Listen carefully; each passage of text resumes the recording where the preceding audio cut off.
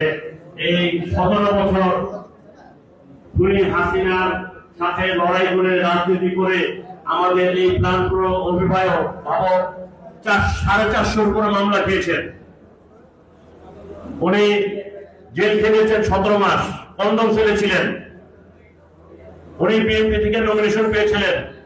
যেভাবে হোক একটি দূষণ বিএনপির চতুর এক লোকদের কারণে আজকে উনি এখান থেকে আমাদের ধানের শীষের প্রতীকে উনি দলের হয়ে ইলেকশন করতে পারেননি। যিনি উনি ফুটবলে ইলেকশন করেছেন, আমরা ওনার সাথে আছি, অতীতেও থাকবো।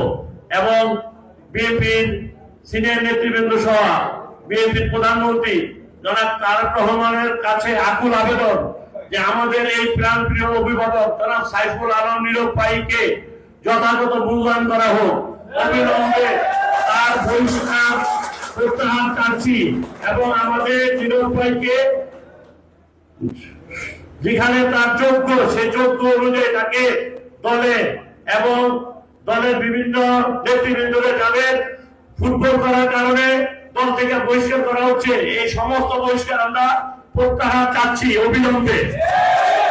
এই বলে আমি আমার বক্তব্য